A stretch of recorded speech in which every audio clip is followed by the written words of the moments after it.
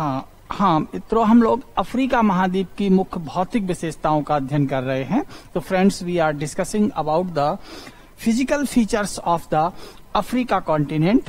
Out of them we have started the highlands and plateaus of the continent. और इसी क्रम में हम लोगों ने इस महाद्वीप की उच्च भूमियों और पठारों का अध्ययन प्रारंभ किया है, जिसमें हम लोगों ने सहारा डेजर्ट में उपस्थित उच्च भूमियों से प्रारंभ किया, जैसे आहागार रीजन था, होगार प्लेट्यू वगैरह। और फिर उसके बाद हम लोग तिबेस्ती पर आए, दारफर पर आए। फिर अफ्रीका का जो पूर्वी भाग आर्द्र है, जहां हम लोगों ने इथोपियन हाईलैंड्स का अध्ययन किया। और इथोपियन हाईलैंड्स और सोमालिया भूमि के बारे में बताया गया कि ये कोको यानी कि कॉफी का एक उत्पत्ति स्थल है, it is the origin place of. उसके बाद हम लोगों ने बहुत important central part of the continent, महाद्वीप के मध्य भाग का अध्ययन किया, जिसे कांगो या जायरे बेसिन कहा।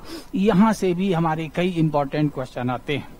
इसके अलावा जो आज हम लोग अध्ययन करेंगे वो है कटंगा प्लेट्यू। Katanga plateau. अब आप लोग कटंगा प्लेट्यू को पॉलिटिकल मैप में अंगोला देश पहचानेंगे, और अंगोला देश में आप पहुंच जाएं तो वहां आपको ये कटंगा मिलेगा।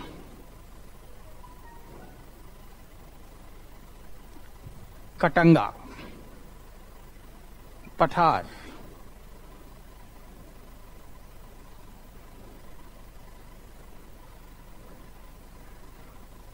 Katanga plateau. हम लोग अब अफ्रीका कॉन्टिनेंट पर आ गए। इसको थोड़ा जूम करें तो विजिबिलिटी बढ़ जाती है। तो पश्चिमी भाग में ही रहना है। ये Katanga plateau,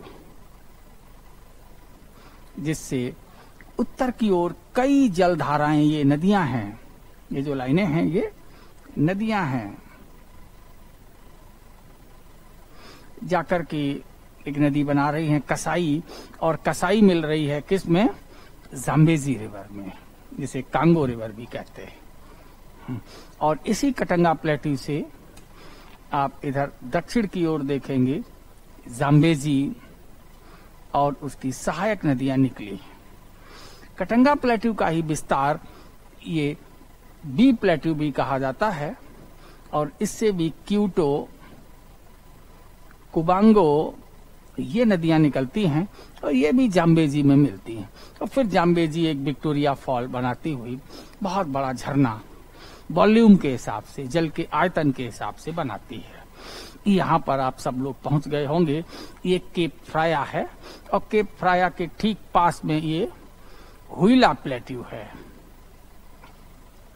this is the Huila plateau. आप सब लोग अपनी अपनी एटलस पर इसे मार्क कर रहे होंगे। एटलस बगल में खुली होगी। Then it is the B plateau, then Katanga plateau. तो तीन पठार हम लोगों को क्रम से मिल गए, कटंगा, बी एंड हुइला। इसमें जो सबसे जो ऊंचा भाग है वो बी प्लेट्यू के पास है। इन सब को अब हम लोग यहाँ केप फ्राया, और ये रहा लुआंडा। अब इसी चीज को अब पॉलिटिकल मैप पर देखते हैं। यहां आ गए, यहां था केप फ्राया और ये लुआंडा। तो यहां क्या रहेगा? हुइला, बी प्लेट्यू, और ये रहा आपका कटंगा प्लेट्यू। यानी एक तरीके से तीन पठार हैं, देश एक ही है। ये बड़ी सहजता हुई याद रखने के लिए। क्या सहजता हुई? इस नेम ऑफ द कंट्री क्या है? अंगोला।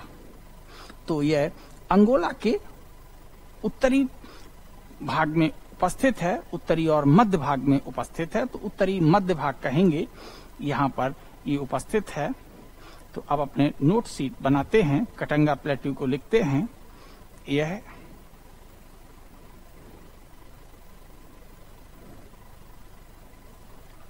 अंगोला देश में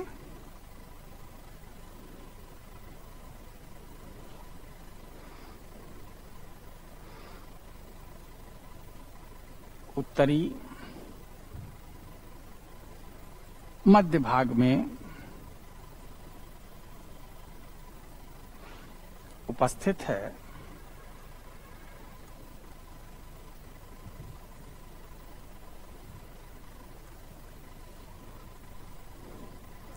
This plateau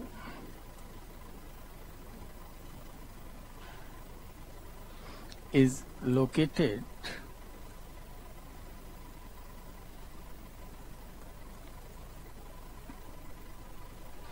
in the central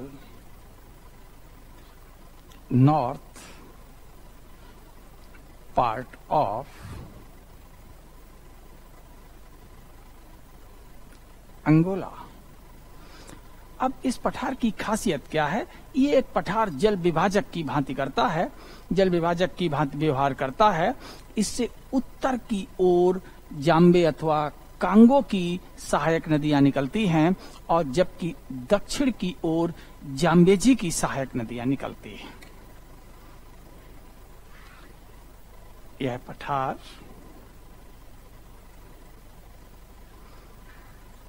एक जल विभाजक है। जल नदियां उत्तर की ओर, दक्षिण की नदियां दक्षिण की ओर इसने बांट दी। यह एक जल विभाजक है जो कांगो जानते ही हैं हम लोग, इसे जायरे भी कहते हैं, नदी बेसिन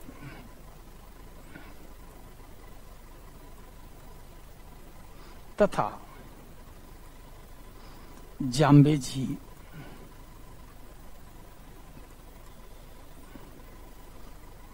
नदी बेसिन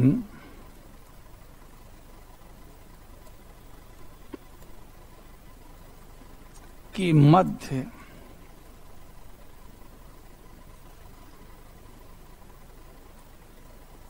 स्थित है। It is a water divide between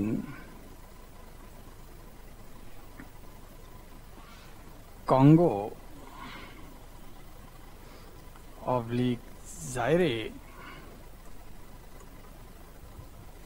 river basin and Zambezi river basin. यानी अंगोला ऐसा देश है जो कांगो रिवर बेसिन और जाम्बेजी रिवर बेसिन दोनों से संबंधित है, लेकिन अफ्रीका महाद्वीप के पश्चिम में है, रेनफॉल कम है, पठारी ऊंची भूमियां हैं, जल्दी से वाटर निकल जाता है। तो अंगोला को जल देने के लिए है, प्राकृतिक स्वभाव अंगोला का कि जल पड़ोसी देशों को, पड़ोस के क्षेत्रों को दिया जाए, लेकिन ये प्राप्त कम करता है। ये एक पुरानी उच्च भूमि है। देख ले, कटंगा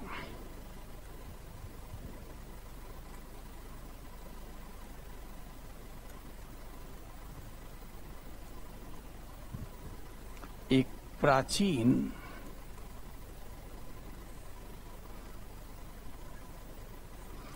उच्च भूमि है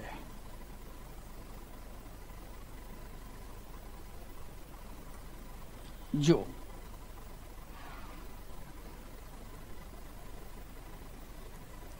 अर्ध शुष्क जलवायु की है।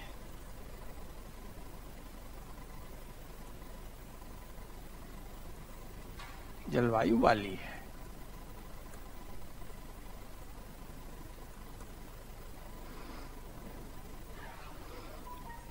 कटंगा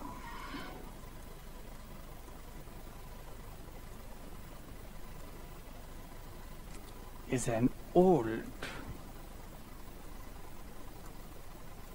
highland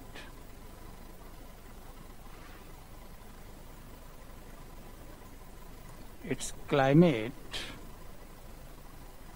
is आधा means semi, शुष्क means arid, तो एरिड क्या होता है? जहां डेफिशिएंसी ऑफ सरफेस वाटर बहुत ज्यादा है, यानी कि सतही जल का अभाव बहुत अधिक होता है। तो अगर हम इसकी बात करें तो यहाँ रेनफॉल कम है, लेकिन जो कुछ रेनफॉल होता है उसका जो बहिर्गमन है, जो एग्जिट है, वो ज्यादा है। तो एक तो एग्जिट एवोपरेशन से होती रहती है, और दूसरा जो कुछ चट्टानी दरारों में पानी फंस गया, छिप गया, वो नदी जलधाराओं द्वारा भी बटोर लिया जाता है।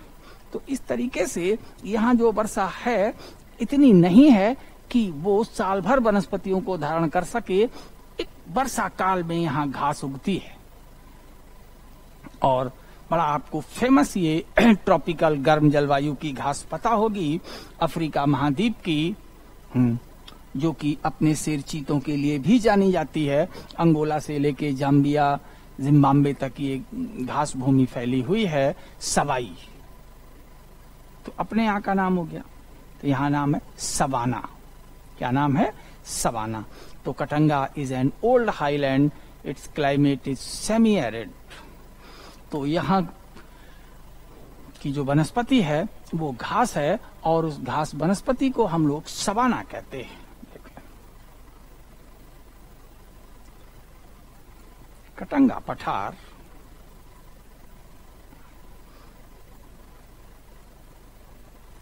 सवाना घास भूमि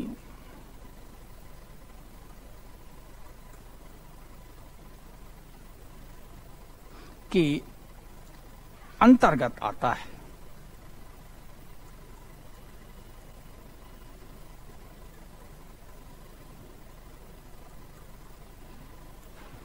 कटंगा प्लेट्यू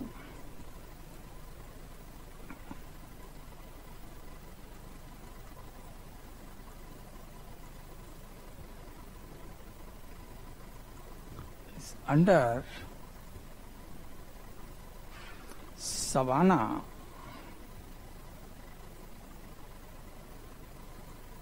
ग्रासलैंड। तो ये सवाना ग्रासलैंड के अंतर्गत आता है। तो ये विशेषता हो गई। दूसरी जो विशेषता हम लोग मैप पर देख रहे थे, फिर देखें तो यहां से उत्तर की ओर जो जलधाराएं जाती हैं वो जाकर के एक सहायक नदी बना रही हैं। कौन सी? कसाई। ये कसाई में जाकर के ये मिलती है। तो इसके उत्तरी ढलान से कसाई का अपवाह तंत्र विकसित होता है, और कसाई कांगो अथवा जायरे की एक बड़ी सहायक नदी है। लिख लें। कटंगा पठार के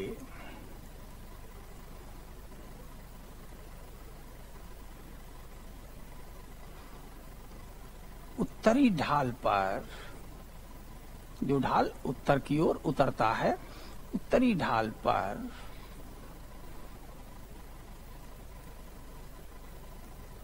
कसाई नदी का अपवाह तंत्र, अपवाह मीन्स धारा, जलधारा, जलधाराओं का तंत्र प्रवाहित होता है।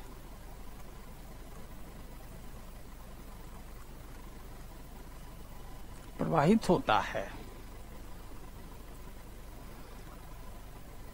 Drainage system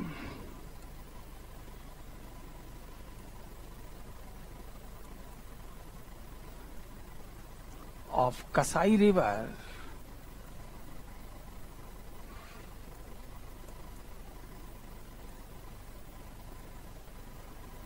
flows over the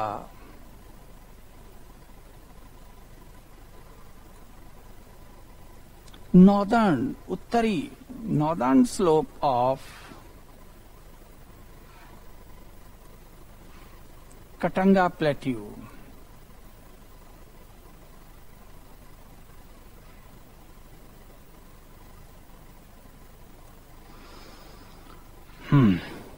Kasai is the largest tributary of Congo or Zaire. Kasai Congo अथवा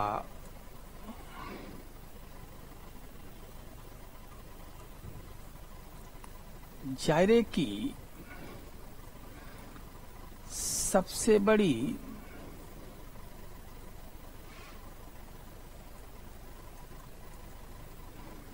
सहायक नदी है, यानी सबसे ज्यादा सहायक नदियों के साथ जो नदी जायरे में मिलती है वो है कसाई, बड़ी सहायक नदी है। कसाई इज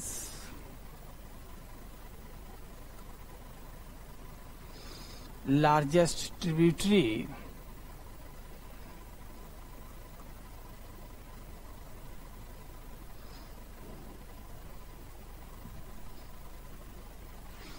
of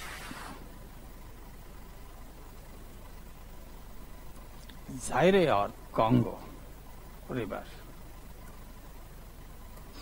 तो जायरे या कांगो की ये सबसे बड़ी सहायक नदी है, लार्जेस्ट ट्रिब्यूटरी है।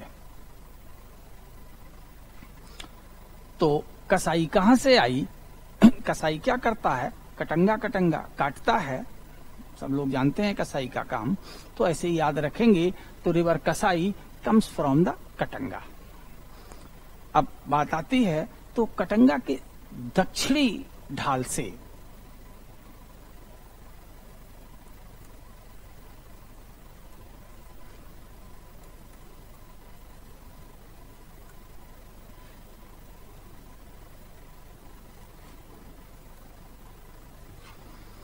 जाम्बेजी की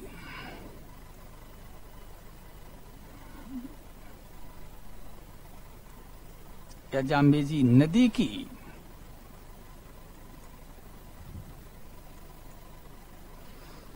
उत्पत्ति होती है।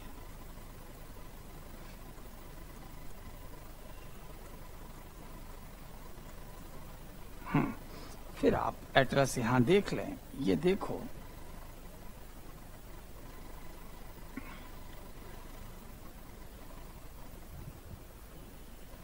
ये जो रिवर है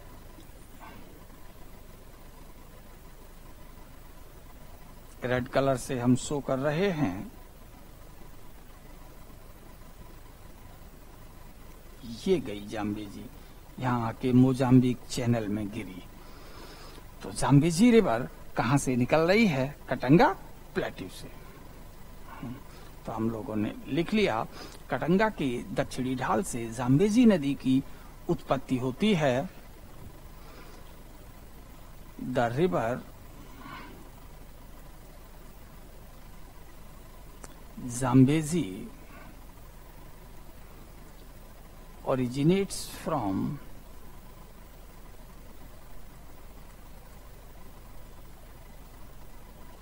southern slope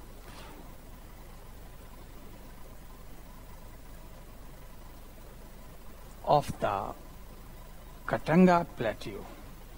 ये कटंगा प्लेट्यू है, कटिंगा नहीं। कटिंगा हमें ब्राजील में मिला था, वहां भी हमने कहा था ए और आई का अंतर है। Slope of the Katanga plateau. Then अब अगर देखें तो कटंगा से दक्षिण पश्चिम की ओर का जो पठारी भाग है वो बी प्लेट्यू कहलाता है। क्या कहलाता है? बी प्लेट्यू कहलाता है। तो अब हम लोग बी पठार की ओर चलते हैं। हेडिंग क्या हो जाएगी? बी पठार।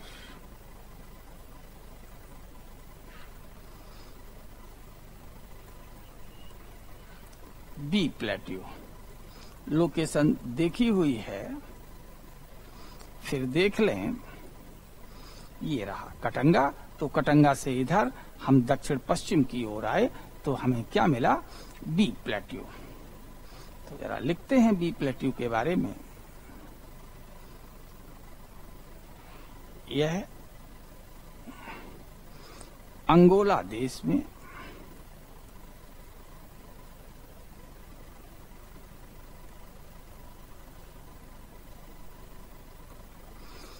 कटंगा पठार के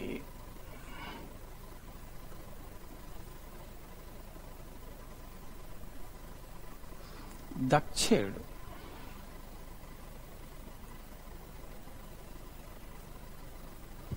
पश्चिम में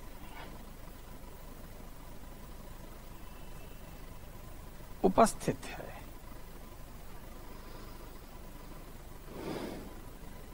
तो दिस प्लेट्यू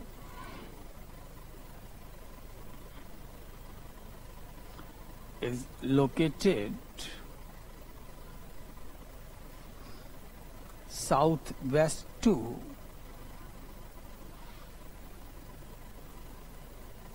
the Katanga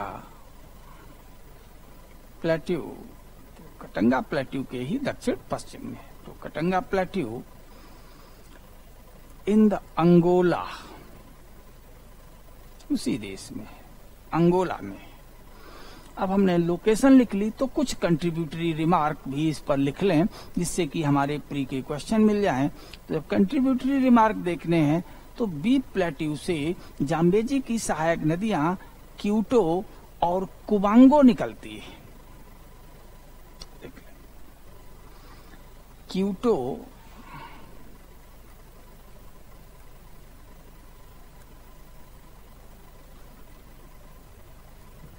तथा कुबांगो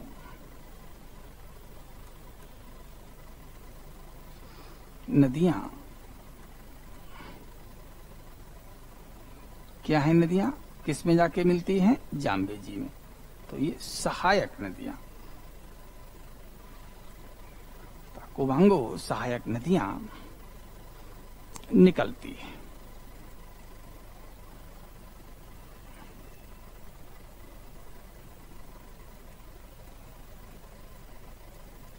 जो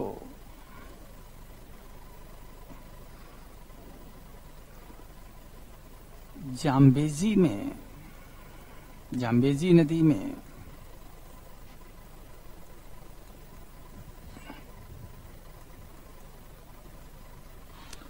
जाकर मिलती है। बहुत सिंपल भाषा में लिखना है।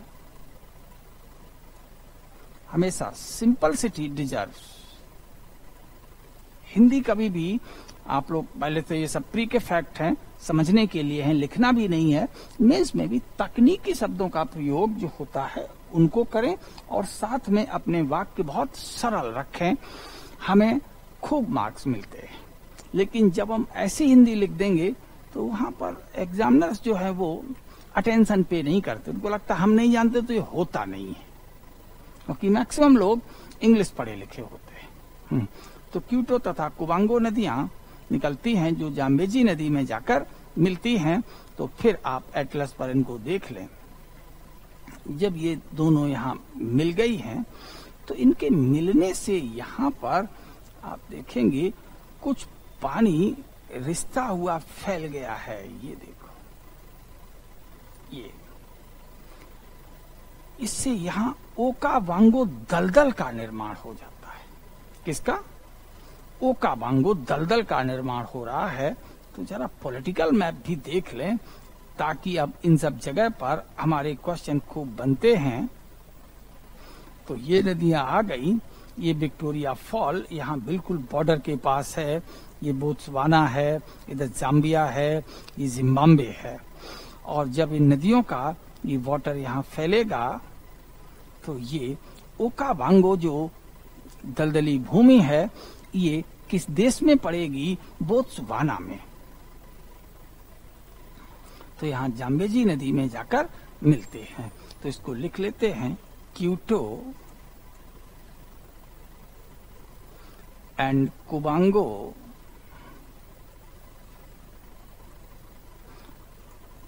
the two tributaries of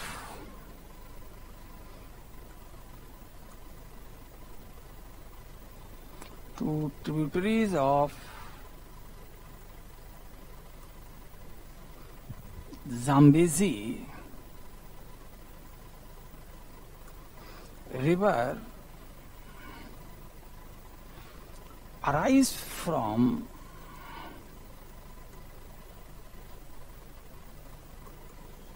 B plateau. तो बी पठार से ये दो जाम्बेजी की सहायक नदियां निकलती हैं और ये दोनों नदियां जाम्बेजी में मिलती हैं और इन्हीं नदियों के संगम के दक्षिण में बोत्सवाना में ओकावांगो मरुस्थल है। लिख लें। क्यूटो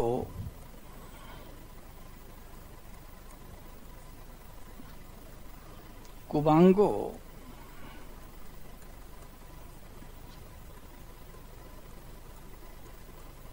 नदियों के संगम के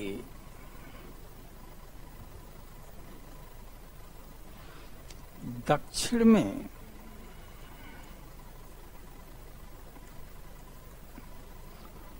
Okavango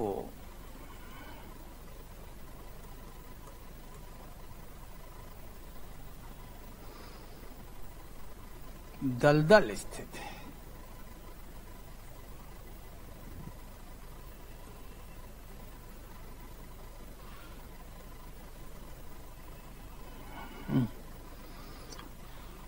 Okavango swamp are located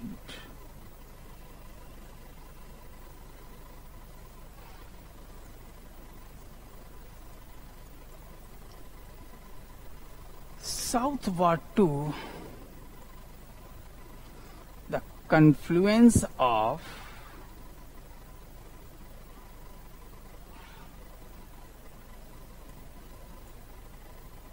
river Quito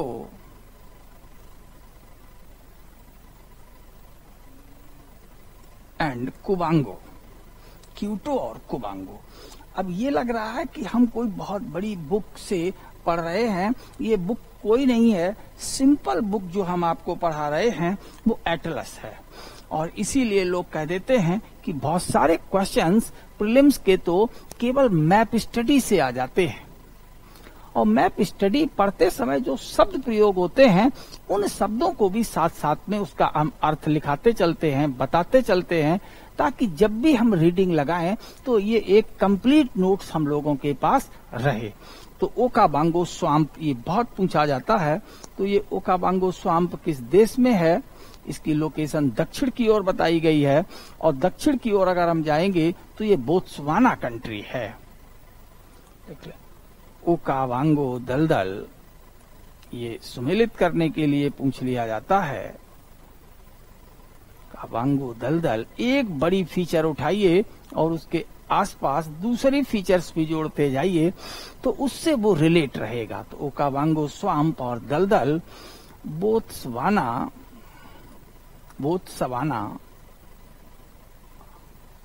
savanna घास थोड़ी लंबी, ऊंची और हार्ड होती है। ओकावांगो दलदल बोत्सवाना देश में स्थित है।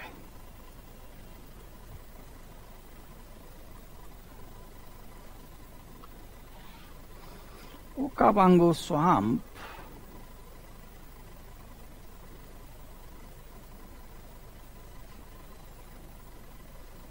are located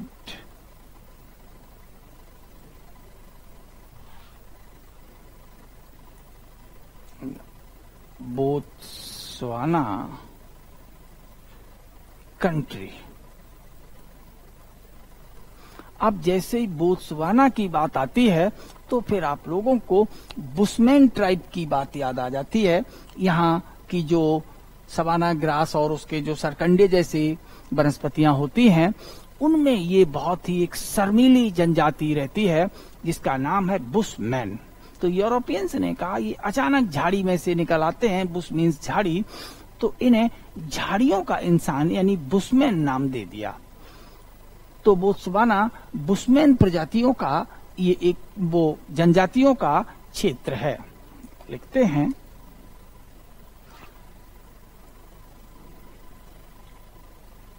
बोत्सवाना बुशमैन जनजाति का निवास क्षेत्र है। अब हमने ये बुशमैन जनजाति यहां क्यों बताई?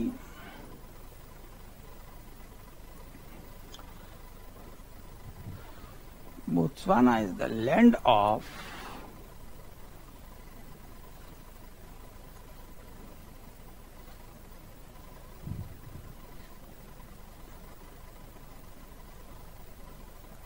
Bushman tribe.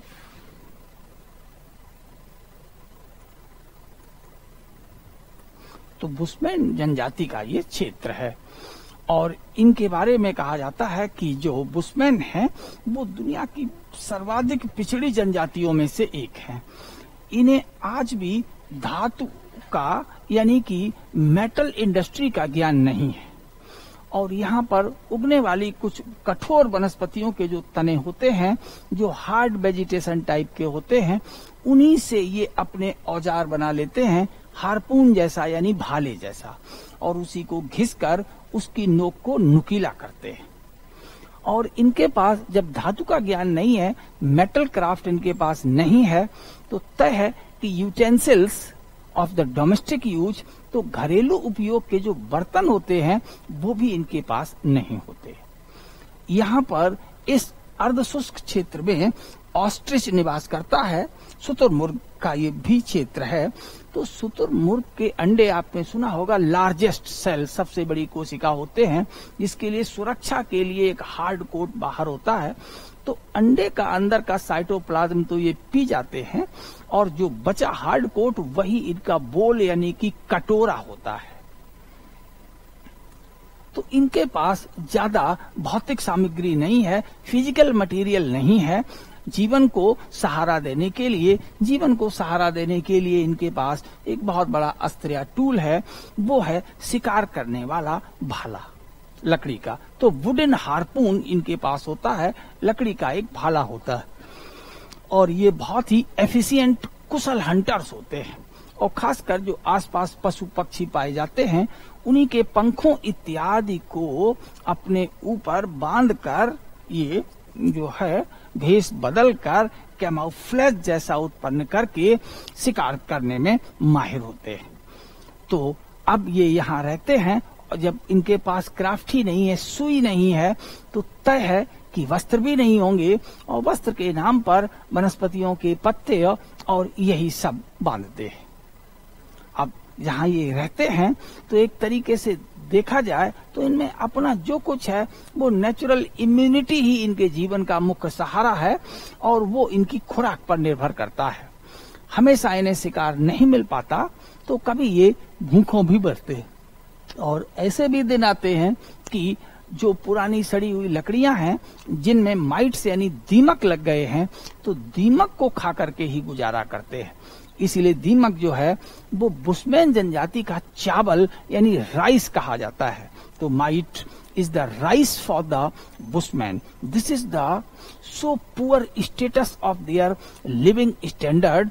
तो उनके जीवन जीने का इतना निम्न स्तर है और अगर ये कोई बड़ा शिकार मार भी लेते हैं, if they are successfully capture और हंट अ लार्ज एनिमल, अगर बड़ा इन्होंने शिकार पकड़ लिया या मार लिया, they don't have any technology और स्किल टू स्टोर इट।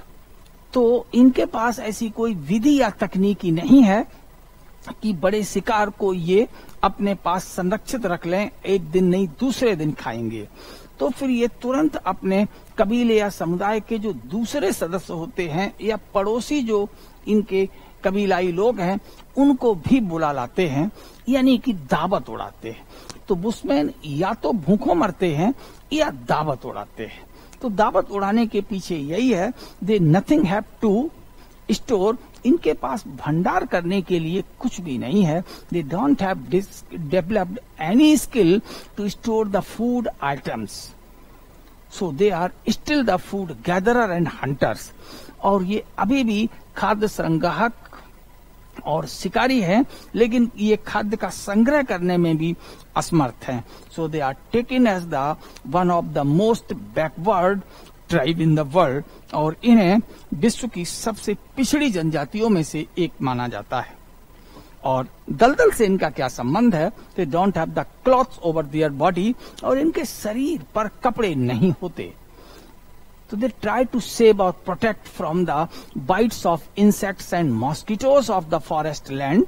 तो ये वन भूमियों में जो कीट पतंगे हैं, मक्खियां हैं, उनसे बचने के लिए इसी दलदल की मिट्टी को अपने में पोत लेते हैं, जो कि इन्हें ओपन सनरेज, खुली सूर्य की धूप से यानी स्कॉर्चिंग हीट से भी बचाती है, और from the bite of the insects and mosquitoes, और कीट पतंगों तथा मच्छरों के काटने से भी बचाती है। So the very fine silt and clay mud of the swamp is used as a fine coating over the body to protect themselves from the scorching sun rays and the insect bite। तो इस तरीके से दलदल में भरे हुए महीन कीचड़, पंख इत्यादि का ये लेप अपने शरीर पर लगा लेते हैं, ताकि तीव्र या उमस वाली धूप भी से बच सकें और कीट पतंगों के काटने से भी बच सकें। तो इस जो ओकावांगो स्वैम्प है, इसके आसपास इनकी विजिट जरूर होती रहती है। तो if you are watching carefully the Okavango swamp, then successfully you can watch a hidden bushman come there and try to protect by coating the mud of the swamp. और झाड़ियों में छिपा हुआ एक बुशमैन आकर के अपने शरीर को इस दलदल के कीचड़ से पोत लेता है, स्वयं को पुताई कर लेता है, ताकि वो कीट पतंगों और उमस भरी तीव्र धूप से स्वयं को बचा सके। तो इसलिए ओकावांगो से इतनी चीजें जुड़ गई और हम लोग कई चीजें रिकॉल कर सकते हैं। यहाँ तक कि जो प्रकृति है, प्रकृति के गोद में ही मानव निवास करता है। कहीं कहीं पर मानव ने अपनी बुद्धि विवेक का इतना अधिक इस्तेमाल कर लिया है कि उसे लगता है कि प्रकृति का हमारे जीवन में कोई सीधा प्रत्यक्ष दखल नहीं है, and they are thriving on the completely artificial life. और उन्हें लगता है कि उनका जीवन पूरी तरह इस कृत्रिम संसाधनों पर निर्भर है।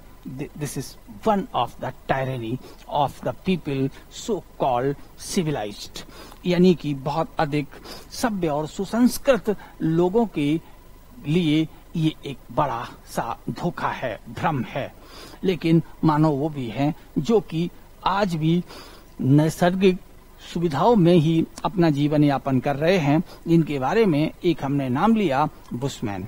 और ये जो बुशमैन है वो ये ओकावांगो स्वैम्प और सवाना घास के मैदानों में शिकार करते हुए और झाड़ियों में छिपे हुए हमें मिलते हैं। तो Botswana is the land of the bushman tribe. अब इनके बारे में बहुत से लोग बड़ा इंटरेस्टिंग बातें करते हैं। तो material development is negligible in this tribal group, just like the Jarawa of the Andaman Nicobar. तो अंडमान निकोबार की जो जारवा और जो सेंटिलीज जनजातियां हैं हमारे यहाँ भारत में, उनके पास भी जीवन यापन के लिए भौतिक सुख साधन नहीं है। ठीक उसी तरीके से यहाँ इस बोत्सवाना देश में बुशमैन के पास भी जीवन यापन के लिए भौतिक सुविधाओं का नितांत अभाव है। तो अब हम लोगों ने बोत्सवाना और बुशमैन को यहाँ पर रिलेट कर लिया ओकावांगो से, और ओकावांगो दलदल को रिलेट किया क्यूटो और कुवांगो नदियों के संगम से। तो जहां क्यूटो और कुवांगो आपस में मिलती हैं और मिलकर आगे बढ़कर के जाम्बेजी नदी में मिलती है। तो after the mutual confluence of the Cuito and Cubango, तो क्यूटो और कुवांगो के आपसी संगम के बाद जो है यही जलधारा मिल जाती है, the big river of the Africa, that is Zambezi. So carefully we can trace this feature over the map, और हम लोग सावधानी से इस विशेषता को मानचित्र पर देख सकते हैं। So now we are going to change the color। अब हम यहाँ पर कलर चेंज कर रहे हैं। This is the Quito River and this one is the Kubango River. Both have united together and just southward there is the Okavango swamp. और दोनों के मिलने के ठीक दक्षिण में ओकावांगो मरुस्थल है। अब ये दोनों मिल गई, ये गई। और मिलकर के अब यहाँ बहुत सारा पानी एकत्र हो गया। अब ये ऊंची चट्टान से ये वाटर यहाँ तेजी से नीचे गिरता है, यही है विक्टोरिया फॉल। तो 1 2 3 4 4 नदियों का पानी एक चट्टानी क्लिफ से नीचे गिरता है, एक चट्टानी अवरोध से नीचे गिरता है, यानी विक्टोरिया फॉल बन गया। यानी विश्व में जितने भी जल प्रपात हैं उनमें जो पानी ऊपर से नीचे गिरता है, amount of the water in a fall, तो largest amount of the water in a fall is of the Victoria fall in the world. तो विश्व में सबसे ज्यादा जल आयतन, वाटर वॉल्यूम जिस फॉल के पास है, it is the Victoria fall. ये भी एक बहुत इंपॉर्टेंट पॉइंट है, तो हम लोग इस पॉइंट को भी लिख लें।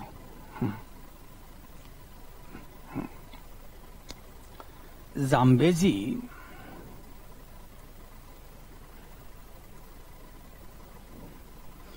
क्यूटो कुबांगो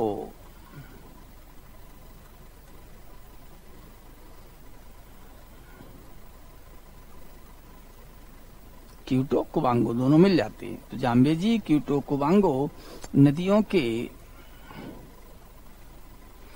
संगम के उपरांत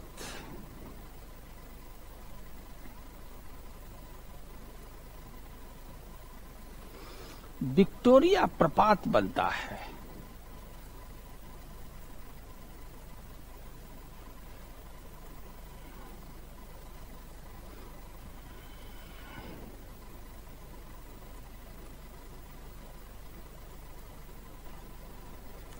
The Victoria Fall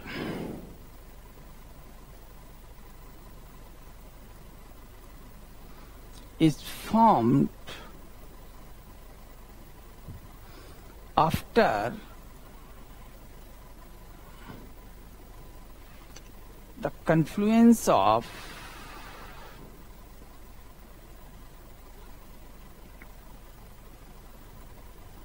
Quito Cubango, ये पहले मिल चुकी हैं तो एक साथ डैश करके, एंड जाम्बेजी। तो आप जाम्बेजी में बहुत सारा पानी हो जाता है, जाम्बेजी। अब बात आती है कि विक्टोरिया फॉल लोकेट कहाँ है। ये रहा विक्टोरिया फॉल। तो Victoria fall is located at the international border of, this is the border of Zambia with Zimbabwe. तो विक्टोरिया जलप्रपात जाम्बिया और जिम्बाब्वे की अंतर्राष्ट्रीय सीमा पर स्थित है। विक्टोरिया प्रपात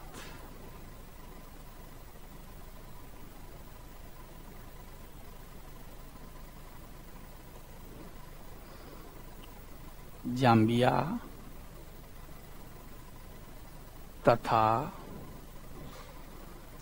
जिम्बाब्वे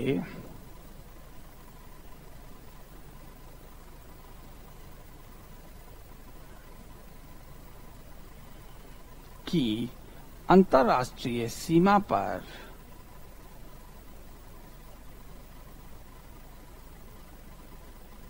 स्थित है।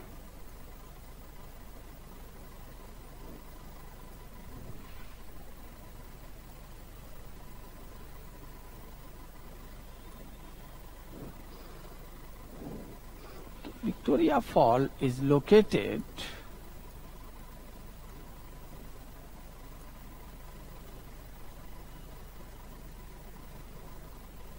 at international border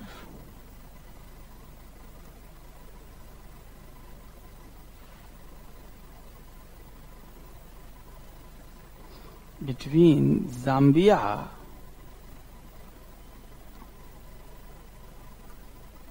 and Zimbabwe. तो जाम्बिया और जिम्बाब्वे की अंतर्राष्ट्रीय सीमा पर स्थित है, and it is one of the hot spot और picnic spot into the forest of the southern part of Africa continent. और अफ्रीका महाद्वीप के दक्षिणी भाग में ये एक बहुत ही ज्यादा पर्यटकों को आकर्षित करने वाला क्षेत्र है, क्योंकि ठीक इसके पास अगर हम फिर मैप पर जाएं तो आपको कुछ और दिखेगा। ये भी टूरिस्ट को, पर्यटकों को आकर्षित करता है।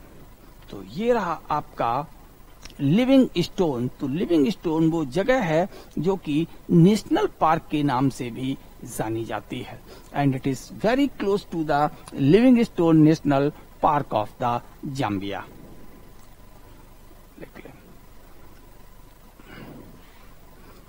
यह जाम्बिया के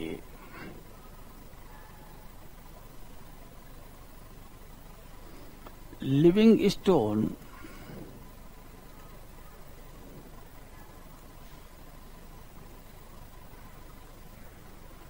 नेशनल पार्क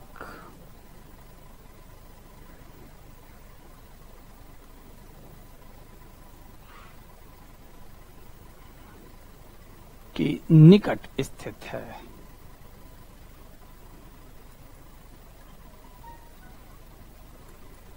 मिलता जुलता नाम आपने और सुना होगा येलो स्टोन। तो yellow stone national park USA में है, और जबकि living stone national park Zambia में है। जाम्बिया के लिविंग स्टोन नेशनल पार्क के निकट स्थित है। यह मीन्स विक्टोरिया फॉल। तो Victoria fall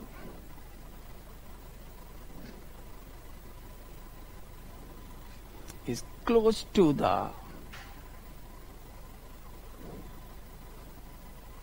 Livingstone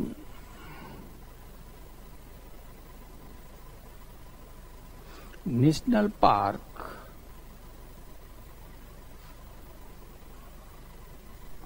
of the Zambia।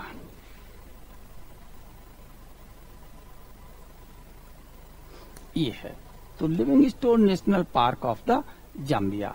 ये विक्टोरिया फॉल की लोकेशन पर बात हो गई। और लिविंगस्टोन नेशनल पार्क जो है वो टाइगर्स मींस जो प्रेडेटर मैमल्स होते हैं, जो कि मांसाहारी शिकारी जो स्तनपाई हैं, उनकी प्रजातियों के लिए यहाँ जाना जाता है। तो African lion and so many species of the tigers are found.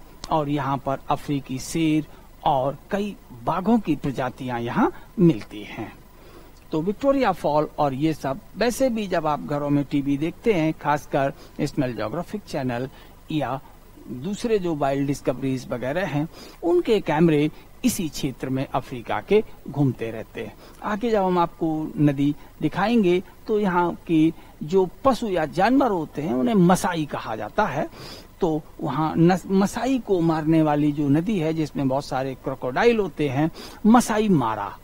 तो ये सब चीजें आप लोग अक्सर देखते हैं। जो देखें, जो मीडिया में है, जो चर्चा में है, उसकी ज्योग्राफिकल लोकेशन जानना बहुत जरूरी है। तो आगे जब हम अफ्रीका के इधर पूर्वी भाग में आएंगे, तंजानिया और उन सब की ओर, और इधर जाम्बिया जिम्बाब्वे का अर्ध शुष्क इलाका और तंजानिया का आर्द्र इलाका यानी कि वर्षा वाला क्षेत्र, इसके बीच जानवर जब यहाँ सूखा पड़ता है, पानी की कमी हो जाती है सवाना क्षेत्र में, तो यहाँ के जानवर सब मसाई मारा नदी पार करके तंजानिया की ओर चल देते हैं। और जब यहाँ वर्षा पुनः हो जाती है तो इन सवाई घास के मैदानों की ओर लौटते हुए पुनः इस मसाई मारा को यानी किलर ऑफ द कैटल्स को या विल्डर बीस्ट को, तो विल्डर बीस्ट को ही वहां पर मसाई बोलते हैं। तो विल्डर बीस्ट को मारने वाली नदी कैसे मारती है? डुबो कर नहीं मारती, उसमें एक बहुत बड़ा प्रेडेटर रहता है जिसे हम लोग क्रोकोडाइल कहते हैं। तो crocodile of a large size are dwelling into the water of river Masai Mara, and so the river becomes the killer of the wildebeest, जिससे ये नदी विल्डर बीस्ट के लिए घातक हो जाती है। इसीलिए इसका नाम है मारा, मसाई मारा। तो Victoria fall is close to the Livingstone national park of the Zambia. अब हम लोगों ने पठार लिए थे और पठार के ढलानों से नदियों को उतरते देखा, और नदियों के सहारे अगर आगे बढ़ लिए तो हमें और कई सारे इंटरेस्टिंग फैक्ट मिले। यहीं पर ये जिम्बाब्वे है। आप लोग फिर पुनः पॉलिटिकल मैप पर पहुंचे तो हम फिर आपको दिखा रहे हैं। तो यूरोपियंस अपनी नौकाओं और शिप से इसके किनारे किनारे घूमते थे। तो मान लो यहाँ आ गए यूरोपियंस, और यूरोपियंस अपनी नाव के सहारे अब ये अंदर आ रहे हैं। तो ये जब रिवर के सहारे ये मूव कर रहे हैं, तो यहाँ इसी में से ये जाम्बेजी नदी के सहारे भी अंदर आएंगे। और जाम्बेजी नदी के सहारे जब ये आ गए तो जिम्बाब्वे और जाम्बिया के ये आंतरिक प्रदेशों में पहुंच गए। इधर पूर्व की ओर वर्षा ज्यादा है, लेकिन इधर वर्षा कम है। तो यहाँ की जो पथरीली चट्टानें हैं, यहाँ हवाएं इनको घिसती रहती हैं, और हवाएं घिस करके इस इलाके के पत्थर इत्यादि को रेक्टेंगुलर शेप में या पेंटागोनल शेप में या इस तरीके से टी शेप में रॉक्स को अरेंज कर देती है। जैसे लगता है कि बहुत सारे ज्योमेट्रिकल शेप या फीचर्स बनाए गए हैं। तो when the Europeans reach there, they got astonished. तो वो वहां पर पहुंच करके अचंभित हो गए कि ये यहाँ पर जो बहुत पिछड़ा इलाका है, यहाँ अभी भी लोग केवल प्राकृतिक प्रकृति प्रदत्त सुविधाओं पर निर्भर हैं। वहां ये इतने बड़े बड़े पत्थर किसने तरासे। तो उन्होंने वहां के स्थानीय लोगों से कुछ बात की। They make the query about these large lithic structures of the geometry shape. तो ये ज्यामिति आकार के बड़े पत्थरों के बारे में, जिसे आज हम जानते हैं कि ये हवा के रगड़ से, विंड एब्रेजन से बने हैं। तो उन लोगों ने जवाब दिया कि दीज आर द डीजा डीजा माम्बे। डीजा डीजा माम्बे का मतलब ये हो गया कि ये एक पुराने पैलेस का खंडहर है। डीजा डीजा मीन्स बड़े बड़े, माम्बे मीन्स पत्थर हैं जो कि किसी बिल्डिंग या भवन का अवशेष हैं। तो डीजा डीजा माम्बे in the simple phonetics change into the Zimbabwe. और ये डीजा डीजा माम्बे शब्द ही धीरे धीरे सरल उच्चारण में जिम्बाब्वे में बदल गया है। So there are so many interesting stories and episodes in the history and the cultural books about the Zambia, Zimbabwe, Botswana, etc. इस तरीके से इतिहास और संस्कृति के पुस्तकों में यहाँ के कई ऐसे आकर्षक आख्यान और व्याख्यान मिलते हैं। लेकिन हम लोगों को लोकेशन याद रखनी है। So by the moving along with the Zambezi river, we are running in at the border between Zambia and Zimbabwe. और जाम्बेजी नदी के किनारे किनारे चलते हुए अब हम लोग जाम्बिया और जिम्बाब्वे की सीमा पर पहुंच चुके हैं। और वहां हमें विक्टोरिया फॉल और लिविंग स्टोन नामक 2 नेशनल पार्क मिले, जो कि हमारे सुमेलित करने वाले क्वेश्चन या वन लाइनर क्वेश्चंस जो यूपीपीसीएस में पूछे जाते हैं उसके लिए इम्पोर्टेंट हैं। तो हमने कई चीजें यहाँ पर एक साथ रिलेट कर ली। तो जब मैप देखें और सोचें नोट्स पढ़ने के बाद, तो वहाँ की ज्योग्राफी की कुछ तस्वीर जैसी हमारे दिमाग में चलनी चाहिए। तब वो चीजें हमें 1 या 2 रीडिंग के बाद बड़ी सहजता से याद रहती हैं। यानी जब चाहते हैं तब हम उन्हें रिकॉल कर लेते हैं। तो यही है स्थिति, यानी किस तरीके से हम वर्ल्ड मैप या इंडिया मैप को, मैं खुद अपनी बात कर रहा हूं, रिकॉल कर पाता हूं। तो रिकॉल करने के लिए कोई रट्टाफिकेशन की जरूरत नहीं है। सारे फैक्ट्स को एक कंसेप्ट के द्वारा अरेंज कर लीजिए, और यही जो फैक्ट होते हैं वो हमारे कंसेप्ट का प्रमाण बन जाते हैं कि हम इन्हें कैसे कहां लिख पाएं। तो अगर हम अकाट्य प्रमाणों के आधार पर अपनी बात कहते हैं तो फिर वो बात सहज स्वीकारोक्ति वाली होती है, और उसे सहज स्वीकारोक्ति के कारण ही हमें मार्क्स मिलते हैं। सिंपल इतनी सा पूरा रहस्य होता है सिविल सर्विस की तैयारी का। तो हम लोगों ने अभी कटंगा प्लेट्यू के बाद बी प्लेट्यू पढ़ा। अब बी प्लेट्यू के बाद बात आती है हुइला प्लेट्यू की। देखा भी है हम लोगों ने लोकेशन पर, this is the Katanga, this is Bie plateau and Huila. और हुइला प्लेट्यू से ही एक नदी क्यूने ने पश्चिम की ओर जा रही है, ये देखो। तो दिस इज द रिवर क्यूनेने। ये हुइला प्लेट्यू से है। तो अब हम लोग हुइला प्लेट्यू पर अपने नोट्स लिखते हैं। बी पठार से रिलेटेड बातें काफी हो गई, क्योंकि जब अपवाह तंत्र पढ़ेंगे विश्व के प्रमुख ड्रेनेज सिस्टम, तो पहले मेंस का पढ़ेंगे, अपवाह तंत्र प्रकार और ये सब फीचर, फिर उसमें विश्व के वाटर रिसोर्सेस पर फिर रिलेट करेंगे, फिर मैप पढ़ेंगे। यानी हम जो कुछ जानेंगे ज्योग्राफी में उसको हम मैप पर जरूर जानेंगे, और उसके एक नहीं कई हमारे पास एविडेंस होंगे। एक भूल जाएं तो हम 2 लिख पाएं, 2 भूल जाएं तो हम 4 लिख पाएं, और हमें अब रटने की जरूरत नहीं रहनी चाहिए। और most of the in the answer writing practice, हम जब विद्यार्थियों के आंसर राइटिंग प्रैक्टिस को चेक करते हैं या देखते हैं तो कंसेप्ट तो लिखा होता है, लेकिन उस कंसेप्ट को सबल देने के लिए, संबल देने के लिए उचित तथ्य नहीं होते, यानी गवाह नहीं होते। तो जैसे अदालत में कोई वकील बड़ी अच्छी दलील प्रस्तुत करता है, लेकिन जब वहां पर जज या न्यायाधीश कहता है कि सबूत, तो अब वहां सबूत नहीं होते, तो फिर स्थिति वही बन जाती है। कौन सी? Johnny LLB. तो वो स्थिति हम लोग अपने राइटिंग में ना करें, नहीं तो जैसे हम जॉनी एलएलबी पर हंसा करते हैं, तो वैसे ही कुछ लोग हमारे जो लिखे हुए आंसर होते हैं उन पर भी मुस्कुराते हैं। जैसे उन्होंने पूछा कहां पर है प्रोविजन, उसका अपना प्रमाण क्या है, तो वो उस फिल्म को देखते समय आपको वो कहता है दफा बताइए, आपने इतनी सारी चीजें बता दी कि यानी ये मेंशन कहाँ है, एविडेंस इसका क्या है, तो वो दे नहीं पाते हैं, फैक्ट बता नहीं पाते हैं। और जब हम फैक्ट बता नहीं पाते हैं तो ये स्थिति होती है, तो कहते हैं दफा हो जाइए। तो दिस इज द थिंग। तो facts don't have their material existence without the concept, and concept has no meaning without the fact. So we must have a very confluence, a suitable mixture of the concept and fact.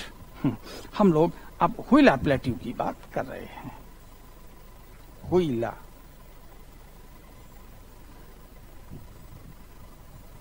पठार, हुइला plateau.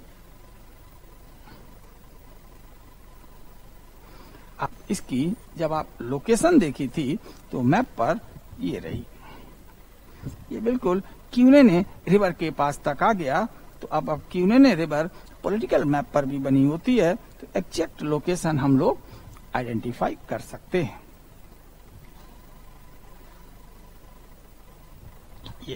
तो ये Angola का बिल्कुल दक्षिणी पश्चिमी भाग है। तो it is located in the south western part of the Angola. यह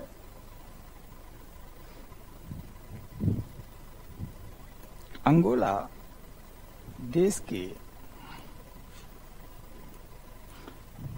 दक्षिणी पश्चिमी भाग में कहां पर स्थित है, तो फिर बहुत रिमार्केबल एड्रेस अगर यहां जोड़ दें तो ये नामीबिया देश है। कौन सा देश है ये? नामीबिया। पश्चिमी भाग में नामीबिया सीमा की निकट स्थित है।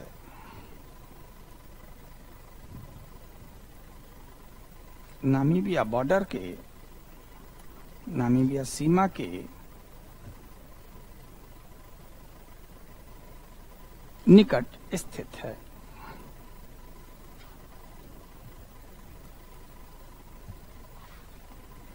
Huila plateau is located in the southwest part of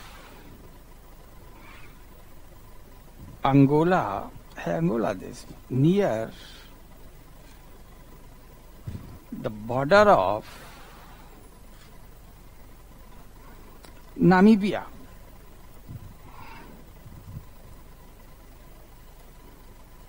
Near the border of Namibia, तो ये नामीबिया की सीमा के निकट स्थित है। नामीबिया की सीमा के निकट स्थित है। हो गया। अब इससे एक नदी निकलती है पश्चिम की ओर, लिख ले, हुईला, हुई ला, पठार से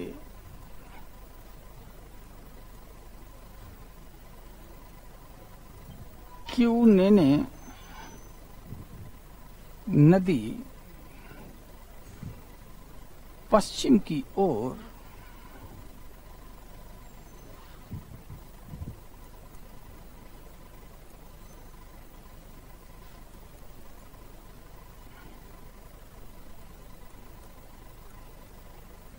निकलती है।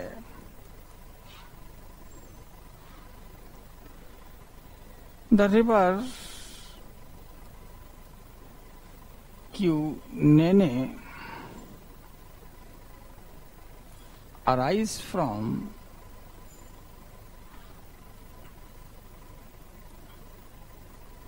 Huila Plateau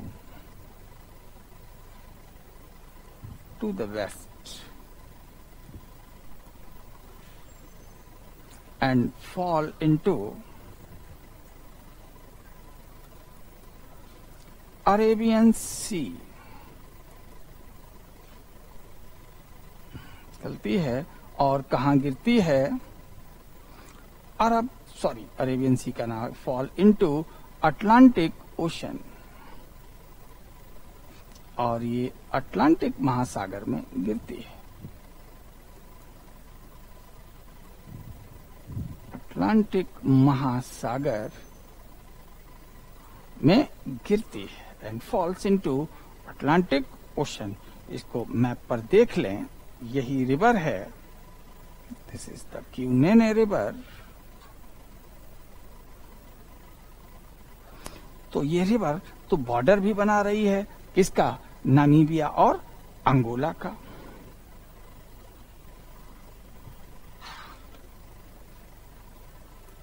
क्यूनेने नदी, जितने क्वेश्चन हम लोगों से पूछे जाते हैं सब यही है। क्यूनेने नदी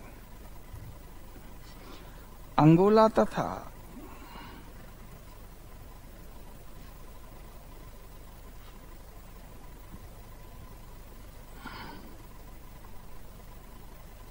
नामीबिया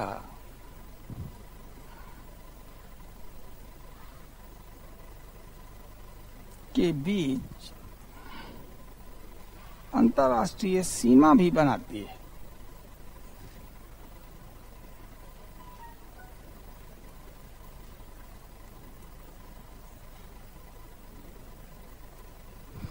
ये तो अब 3 पठार हम लोगों ने पढ़ लिए यहाँ पर, और जिस तट पर यहाँ गिर रही है अफ्रीका के इस तट को फिर आप पॉलिटिकल मैप पर देख लें तो ये रहा। और यही अंगोला के कोस्ट पर यहाँ बेंगुला पोर्ट है। इसी पोर्ट के नाम पर ही यहाँ बहने वाली ठंडी धारा को बेंगुला करंट कहा जाता है।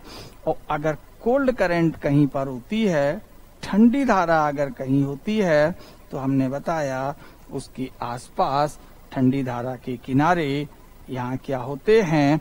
डेजर्ट। और अगर डेजर्ट है तो जरा फिजिकल मैप पर आप दर्शन करें तो अपने कंसेप्ट को पुख्ता करते रहिए। ये कोल्ड करंट यहाँ बह रही है, बेंगुला करंट, इसीलिए यहाँ का जो डेजर्ट है नामिब डेजर्ट है। जहाँ भी समुद्र तट पर हमें ठंडी धारा मिलेगी, वहाँ उसके किनारे हमें एक गर्म मरुस्थल मिलेगा, और गर्म मरुस्थल महाद्वीपों के पश्चिम में होते हैं। इसीलिए कहा जाता है कि ठंडी धाराओं के किनारे गर्म मरुस्थल पाए जाते हैं। The warm deserts are found at the coast of the cold current. कितने इंटरेस्टिंग और सिंपल तरीके से हम लोग ज्योग्राफी को ऐसे ही याद रख सकते हैं। इनकी व्याख्या हम लोग क्लाइमेटोलॉजी के जो चैप्टर्स हैं, पवन और उसमें अगर पवन पूर्व की ओर से आएगी तो पूर्व में वर्षा ज्यादा होगी, और पश्चिम की ओर जा रही है तो महाद्वीप के पश्चिमी भाग कम वर्षा प्राप्त करेंगे, और धीरे धीरे वहां वर्षा की कमी से, लेकिन लॉस ऑफ वाटर गर्मी की वजह से ज्यादा रहता है, वहां मरुभूमियां यानी डेजर्ट डेवलप हो जाते हैं, विकसित हो जाते हैं। So this is the very simple question, और मेंस में हम लोगों से इस तरह के क्वेश्चन आते हैं। लेकिन मैप अभी हम लोग पढ़ रहे हैं, मैप से कुछ जोड़ भी रहे हैं ताकि जब कंसेप्ट पढ़ें तब फिर हमारा कमांड और डेवलप हो जाए। तो धीरे धीरे खाते चलिए और पचाते चलिए, एकदम एक साथ बहुत ज्यादा एनर्जेटिक खाना खा जाएंगे तो रिजल्ट सबको पता है, हमें बताने की जरूरत नहीं है। तो हमें डेजर्ट, इधर कालाहारी डेजर्ट, ये देखो तो कालाहारी डेजर्ट दिख रहा होगा, और इसी डेजर्ट में घूमने वाले कालाहारी में क्या बताए थे, कौन से लोग रहते हैं, बुशमैन रहते हैं। और बुशमैन अगर अपने आप को कीट पतंगों से बताना चाहते हैं तो इस दलदल के कीचड़ से अपने आप को स्नान करवा लेते हैं। चलिए नेक्स्ट। अब ये इतनी हाईलाइट्स हो गई, तो अब हम लोग अफ्रीका महाद्वीप के अगर दक्षिणी भाग में आते हैं तो ये भी बहुत ही माइनिंग जोन है, बड़ा प्रसिद्ध खनन क्षेत्र है। That is the great Karoo, mount aux sources, यहीं पर प्लेस है माशेरू, माउंट नेतलियाना। तो the highlands of the South Africa republic लिख लें, the highlands of the South Africa republic, दक्षिणी अफ्रीका गणराज्य की उच्च भूमियां। इसको इंग्लिश में लिख सकते थे तो river Cunene makes the border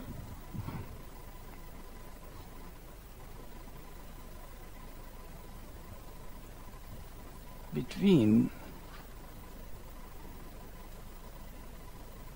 Angola and Namibia. चलिए next, the highlands of South Africa republic, दक्षिण अफ्रीका गणराज्य। ये एक देश है कि उच्च भूमियां साउथ अफ्रीका रिपब्लिक। अब हम यहाँ पहुंचते हैं तो सबसे पहली जो उच्च भूमि हम लोगों ने यहाँ देखी थी, ग्रेट कारू। ग्रेट कारू, नाउ फर्स्ट वन, ग्रेट कारू।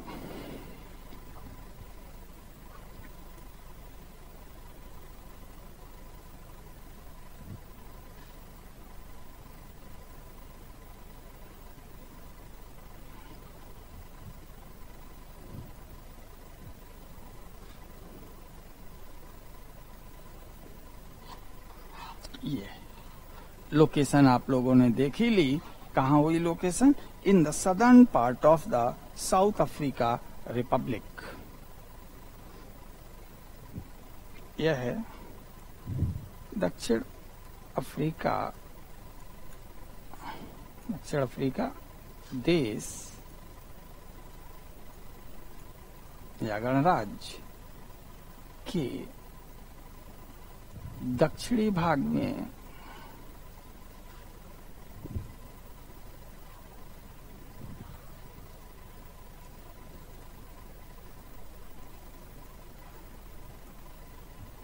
उपस्थित है, located in the southern part of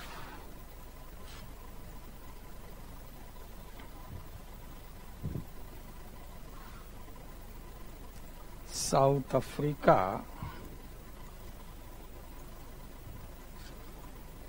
Republic.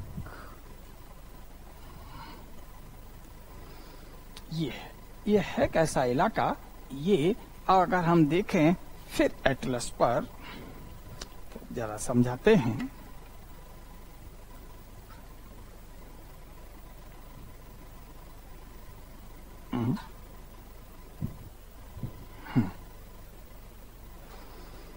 इस लाइन को आप सभी लोग पहचान रहे होंगे, मकर रेखा कहा जाता है। दक्षिणी गोलार्ध है ये, 23.5 डिग्री दक्षिणी अक्षांश, 23.5 degree south, known as the tropic of Capricorn. तो इधर की ओर आएंगे तो लैटिट्यूड बढ़ते हैं, तो इक्वेटर और इसके बीच का जो इलाका होता है इसको हम लोग इक्वेटर की ओर ट्रॉपिकल बोलते हैं। और जैसे ही हम इससे इधर की ओर चलते हैं तो ये सब ट्रॉपिकल, सब पोलर यानी टेम्परेट नाम आने लगते हैं, मध्य अक्षांश आने लगते। तो यहाँ जो घास भूमि होगी, अर्ध शुष्क इलाका होगा, तो यहाँ टेम्परेट ग्रास होगी और उसी टेम्परेट ग्रास को यहाँ वेल्ड कहा जाता है, VELD, वेल्ड। तो जब यूरोपियंस यहाँ पर पहुंचे तो यहाँ की इस शीतोष्ण घास क्षेत्र को, टेम्परेट ग्रास क्षेत्र को उन्होंने वेल्ड कहा। और ये जो घास है वो इन उच्च भूमियों पर मिलती है जिन्हें हम कारू कहते हैं। और कारू का जो सर्वोच्च भाग है that is known as the great Karu.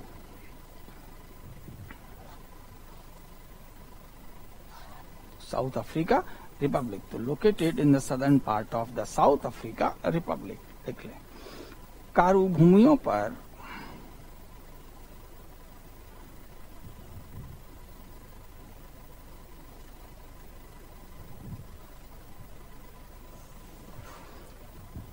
Weld नाम है यहाँ की वनस्पतियों का। वेल्ड वनस्पतियां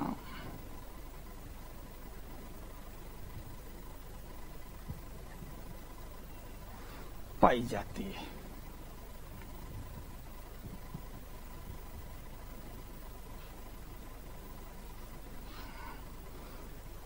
वेल्ड वेजिटेशन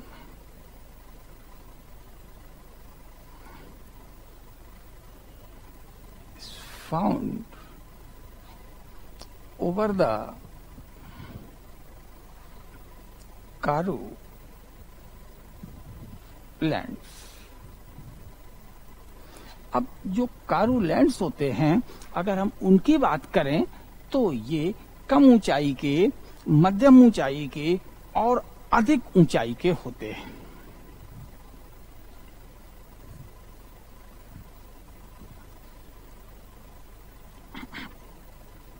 कारू भूमियां ऊंचाई के आधार पर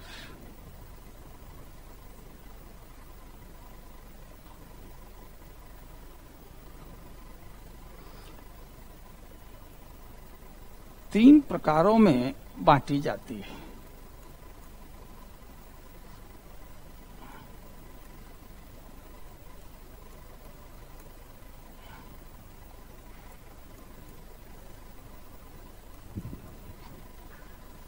तीन प्रकारों में बांटी जाती है।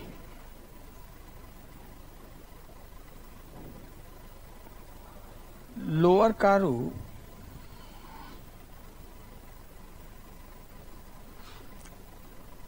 निचली कारू।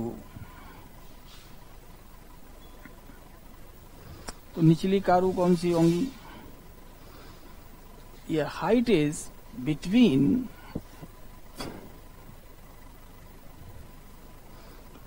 जिनकी ऊंचाई, हाइट इज बिटवीन या लेस देन, जिनकी ऊंचाई समुद्र तल से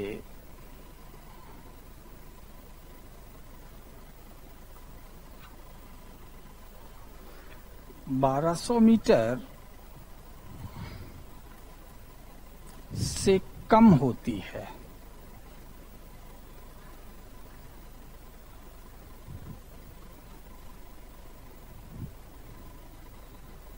तो lower Karoo are those lands, their height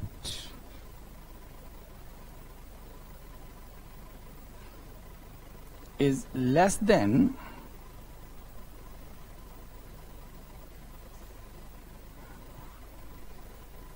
1200 metre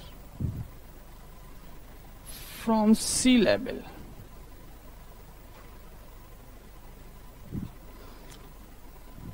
तो अब ऊंचाई कम है तो ये थोड़े गर्म रहते हैं, तो यहाँ की जो वनस्पतियां जो हैं, जो घास वगैरह है, वो थोड़ी हार्ड होती है, बहुत सॉफ्ट नहीं होती। दूसरा, मिडिल कारू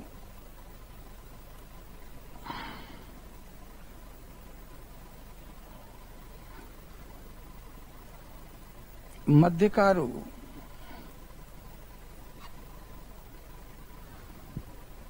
जिनकी ऊंचाई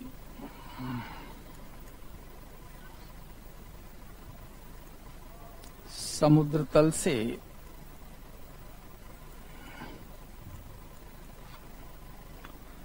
1200 से 1800 मीटर तक होती है।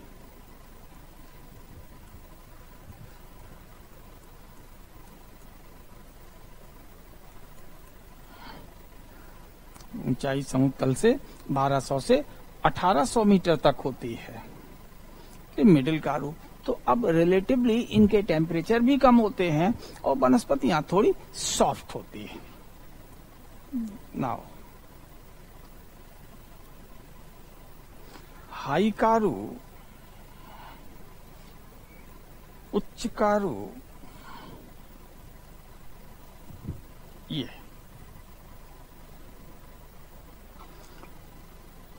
जिनकी ऊंचाई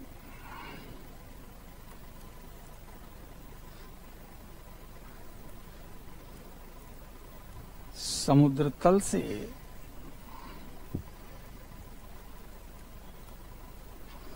1800 metre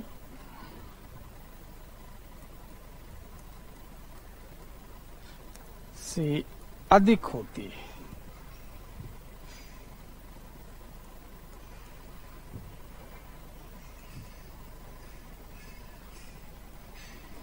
Their height is more than 1800 meters from sea level.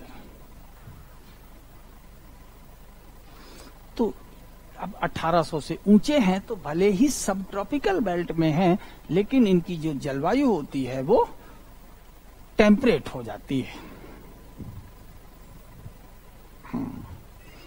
उच्च कारू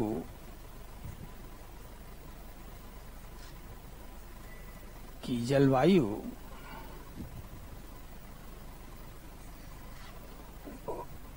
ऊंचाई के कारण शीतोष्ण प्रकार की होती है, स्थानीय जलवायु।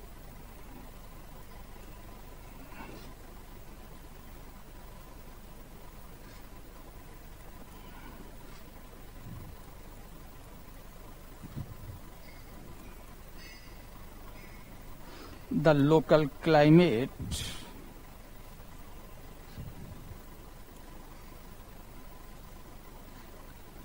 of High Karu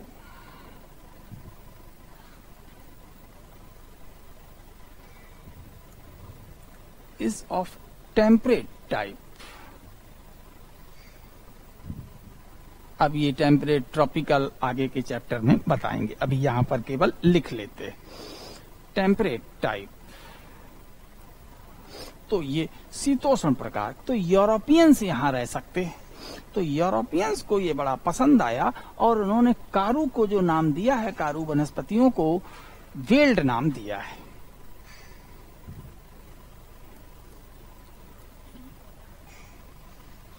यूरोपीय लोगों ने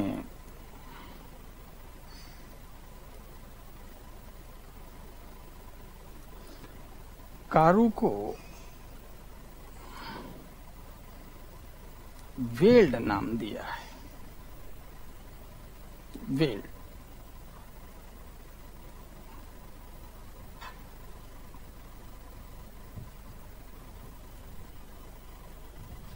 ये नाम दिया है, वेल्ड नाम दिया है। तो उच्च कारू को हाई वेल्ड या हाई फेल्ड भी कहा जाता है।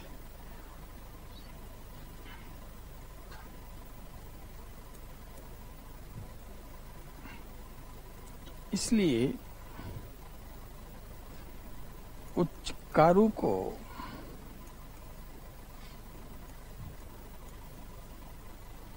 High weld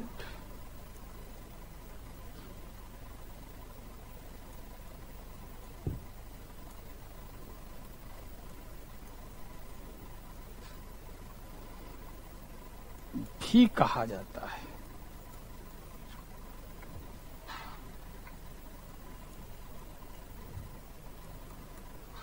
So the high Karu, known as, the Europeans has given the name Karu to the veiled vegetation.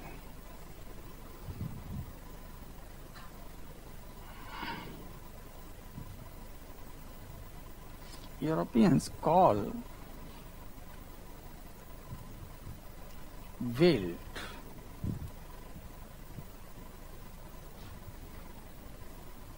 to the Karu. So the high Karu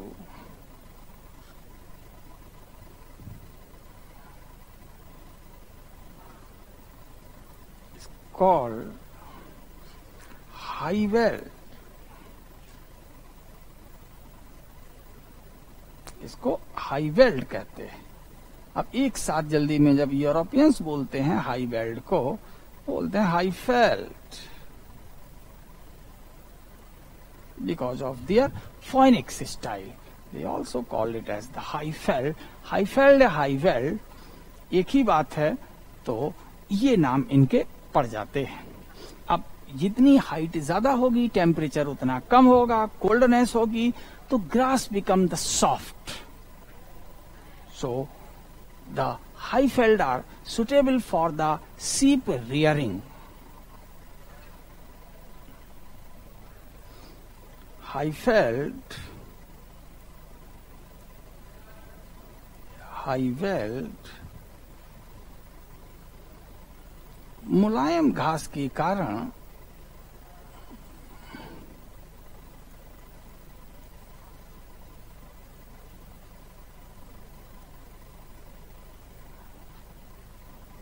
मुलायम घास के कारण भेड़ पालन के लिए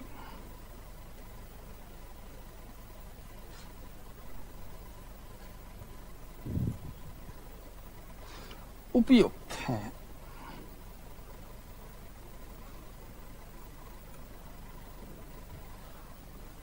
high velds are suitable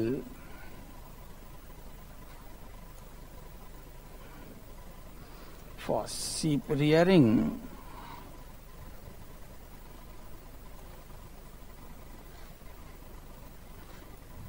due to cold, temperate climate and soft grass. Due to cold, temperate climate and local soft grass। तो मुलायम घास के कारण ये भेड़ पालन के लिए उपयुक्त हैं और ठंडी जलवायु। अब ठंडी जलवायु में अब यहाँ पर जैसे एप्पल वगैरह यानी कि फलदार वनस्पतियां भी हो सकती हैं, तो हॉर्टिकल्चर भी है। तो यूरोपियंस खासकर दक्षिण अफ्रीका में क्विट इंडिया जैसा मूवमेंट नहीं चला है। जैसे हमारे यहाँ हुआ कि अंग्रेज भारत छोड़ो, तो यानी जो भी है सब भारत से जाएं, इस तरह की हमारी फीलिंग थी। लेकिन दक्षिण अफ्रीका में एक तरीके से कॉन्स्टिट्यूशनल रिफॉर्म होते चले गए और कॉन्स्टिट्यूशनल संवैधानिक संशोधन के द्वारा ही एक लीगल स्टेप के रूप में उनको आजादी मिली और वो आजादी में जो यूरोपियंस भी थे, they were also accepted as the citizen of the independent South Africa, और यूरोपियंस को भी दक्षिण अफ्रीका के नागरिक के रूप में स्वीकार कर लिया गया। और वहां पर आपने देखा होगा नेल्सन मंडेला का नाम आया, और इन यूरोपियंस के पास बड़ी आकार की भूमियां, large estate, particularly the Highveld area थे। कौन से एरिया? हाईफेल्ड। और वहां पर व्हाइट एंड नॉन व्हाइट के बीच एक डिस्क्रिमिनेशन था, एक अपार्थीड एटमॉस्फेयर था, एक रंगभेदी माहौल था, और जिसके खिलाफ नेल्सन मंडेला ने अपनी एक लंबी लड़ाई की, और जिसके दौरान उन्हें एक लंबा कारावास भी मिला। आप लोग जानते हैं, और नेल्सन मंडेला को दक्षिण अफ्रीका का गांधी वगैरह भी कहा गया, और हम लोगों ने भी उन्हें एक बड़ा सम्मान वगैरह दिया। When he was the first citizen of the South Africa, means the president of the South Africa, जब वो दक्षिण अफ्रीका के प्रथम नागरिक या वहां के राष्ट्रपति थे तब। तो यहाँ ये जो बातें हम लोग कर रहे हैं, इन सबको रिलेट करने की बात आती है तो हाईफेल्ड एक ऐसा क्लाइमेट है वहां का जहां घास मुलायम है, तो भेड़ पालन हो सकता है, सीप रेयरिंग हो सकती है, और बागानी हो सकती है।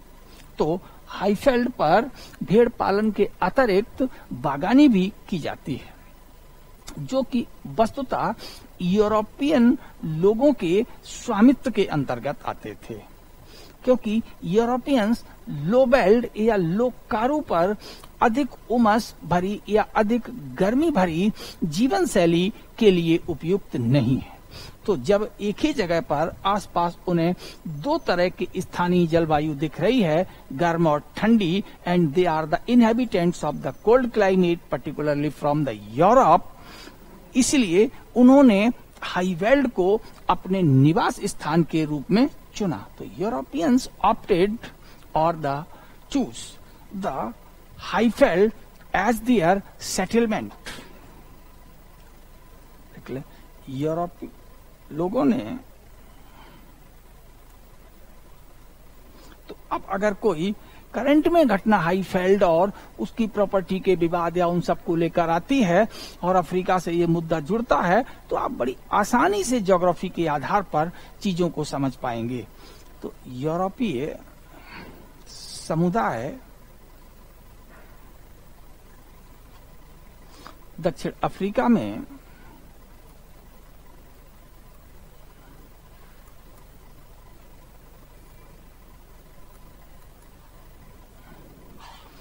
उच्च कारू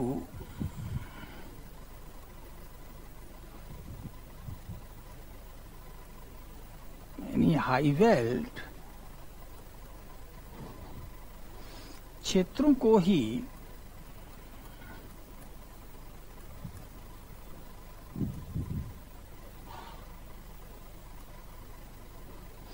अधिवास बनाते हैं।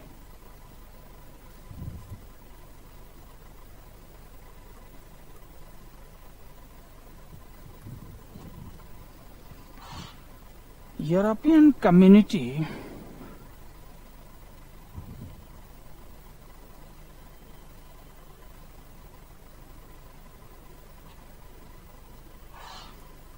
choose the Haikaru oblique Highveld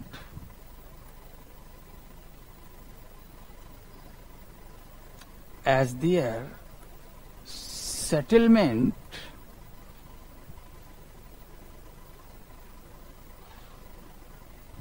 in the South Africa.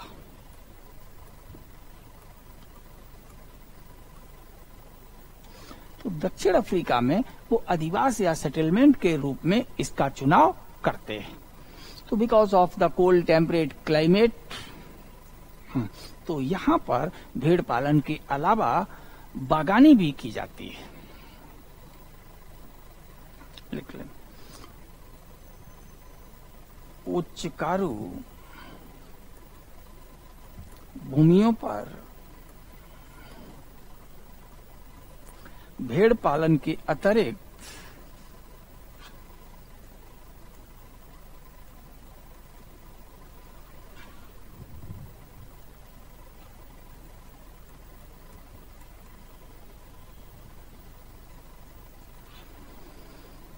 बागानी horticulture, फल फूल सब्जी भी की जाती है।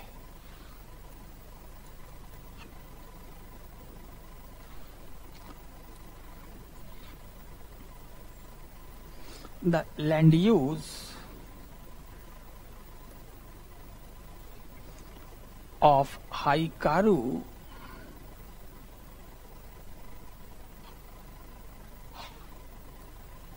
is mainly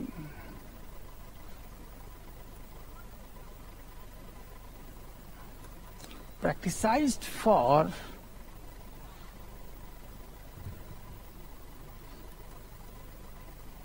sheep rearing and horticulture। तो land use of Haikaru is mainly practiced for sheep rearing and horticulture। तो यहाँ पर जैसे मैरिनो जो सीप है that is known for its the quality wool, merino भेड़ अपने उत्तम कोटि के ऊन के लिए जानी जाती है। Then the South African version of the merino is reared there and its name is mohair।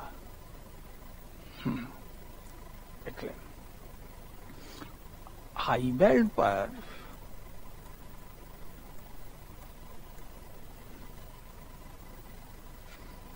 Mohair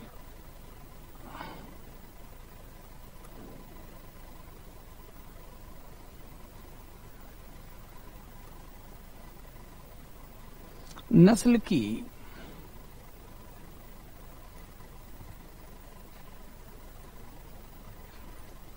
भेड़ें पाली जाती है।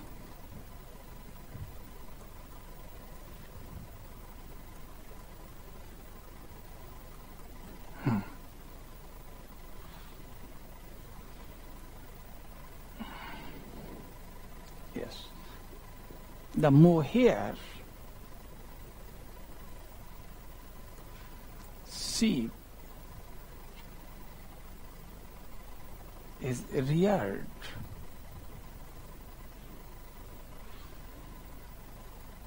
at Highveld for quality wool।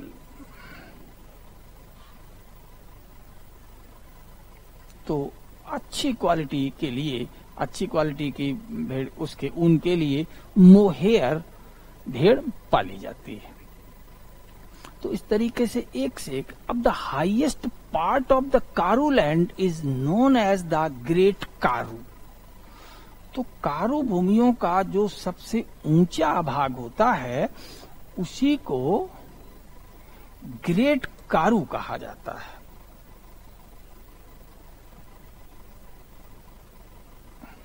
ये उच्च Karoo. Then we have given the name of that this topic the great Karoo. तो Great Karoo is what? The highest Karu.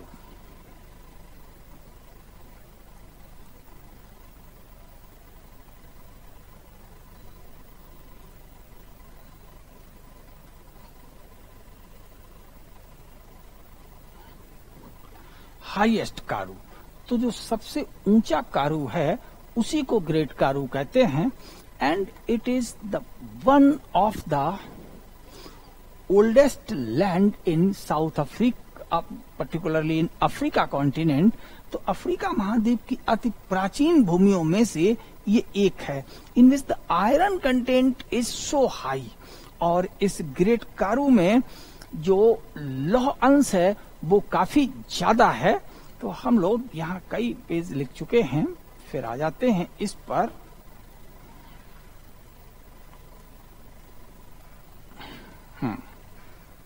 The highest part of the Karoo is known as great Karu.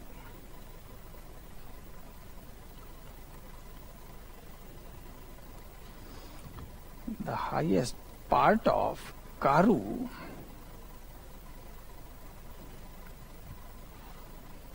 is known as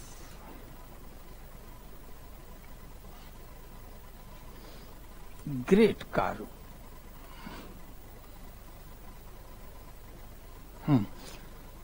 कारू भूमियों का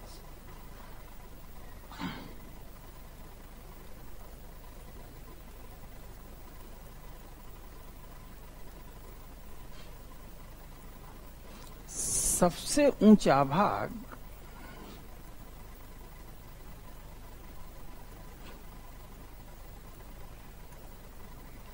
great कारू कहा जाता है।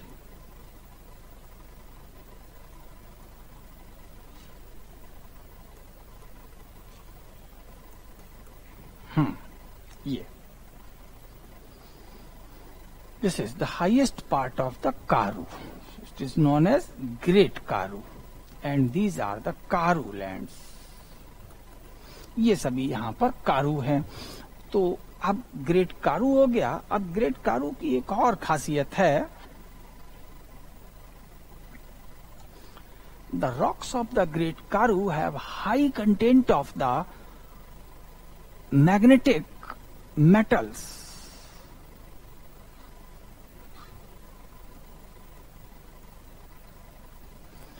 Great Karoo की चट्टानों में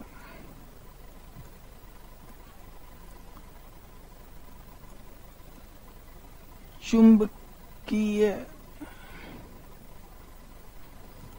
धातुओं की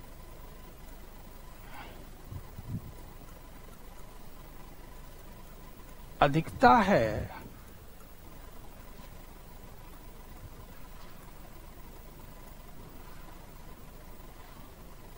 The rocks of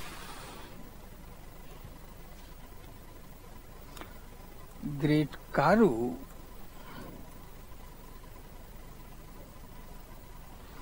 have high content of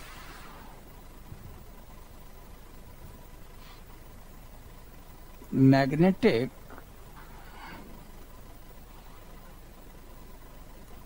metals like nickel and iron.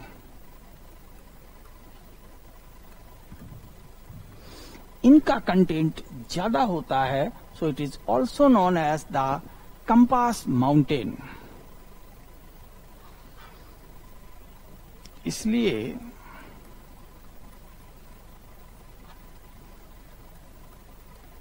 इसे कंपास पर्वत भी कहा जाता है।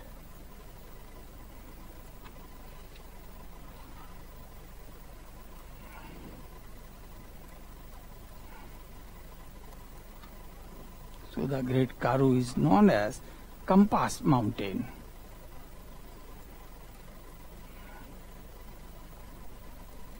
Karoo is known as Compass Mountain.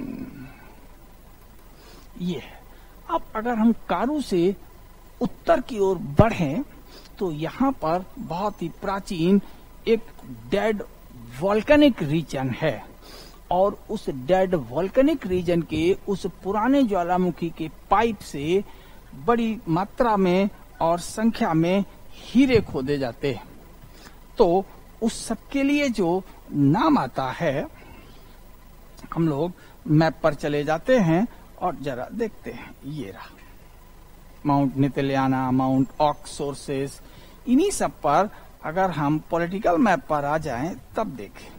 यहाँ पहुंच गए, this is the Pretoria, this is the Johannesburg, और इन्हीं सबके पास है माइन किम्बरली खदान, जिसको हमने कहा था मानव ने खनिजों को प्राप्त करने के लिए जहां सबसे अधिक गहराई तक खुदाई की है, तो that is the Kimberley mine. And Kimberley mine is a pipe, means the vent of a volcano, और किम्बरली खदान एक ज्वालामुखी का ये पाइप है। तो now next, Kimberley mine, Kimberley खदान। नेक्स्ट, पॉइंट किम्बरले और किम्बरली खान।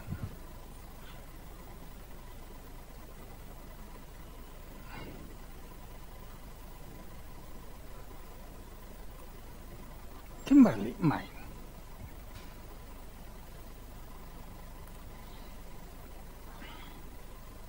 कहाँ स्थित है? लोकेटेड नियर जॉनसनबर्ग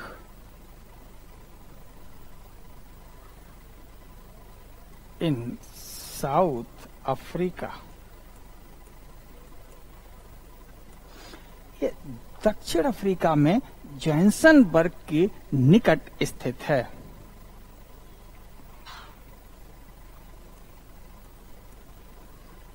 दक्षिण अफ्रीका में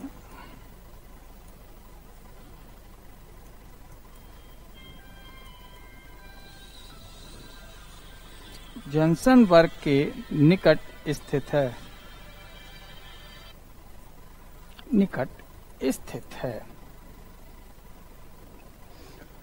It is known for the diamond production,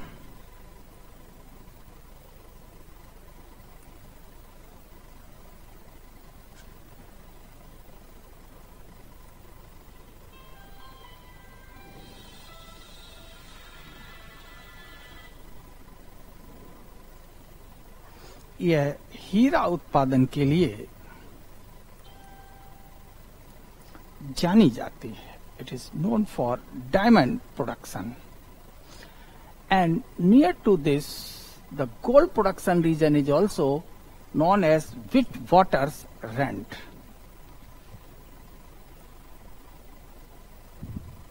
इसके दक्षिण पश्चिम की ओर, इसके मतलब किम्बरले के दक्षिण पश्चिम की ओर स्वर्ण खनन क्षेत्र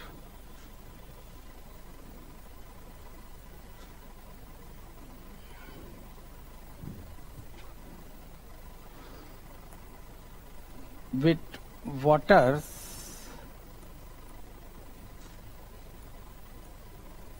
रैंड स्थित है।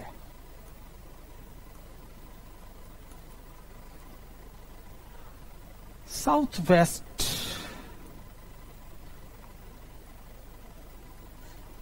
टू किम्बरली, ये तो डायमंड माइन हो गई। Witwatersrand RAND, the gold mining area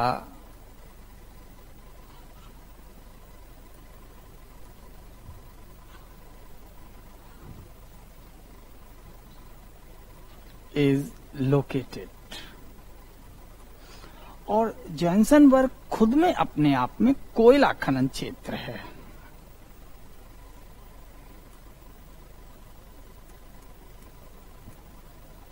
Johannesburg स्वयं में कोयला खनन क्षेत्र है।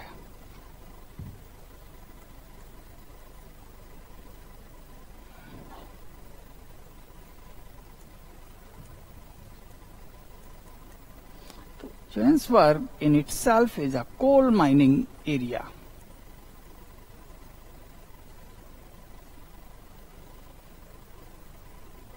Johannesburg is itself a coal mining area।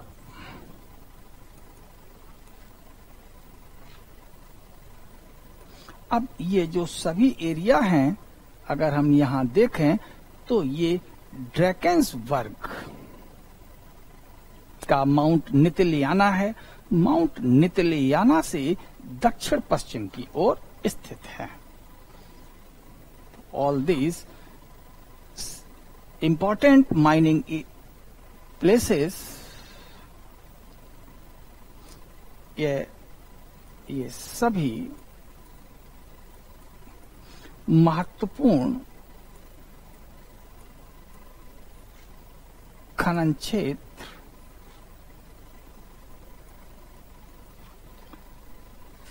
दक्षिण अफ्रीका में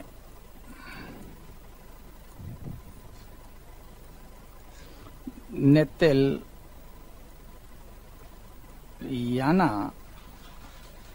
शिखर से दक्षिण पश्चिम की ओर है।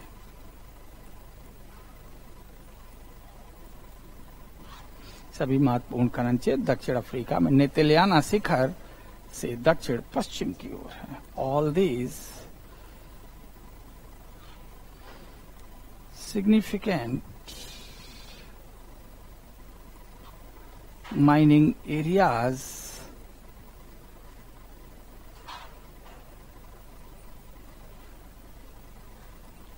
are located southwest to the Mount Neteliana in south Africa Republic. South Africa Republic में अब दैट इज द ड्रैकेंस वर्ग मीन्स नेतेलियाना किसका पीक है? ड्रैकेंस वर्ग का है। इन सब पर जो दूसरे फीचर्स अभी बाकी रह गए हैं, सभी से बहुत सारे क्वेश्चंस आते हैं। इन पर बात हम लोग कल करेंगे। So for today it is over. Thank you.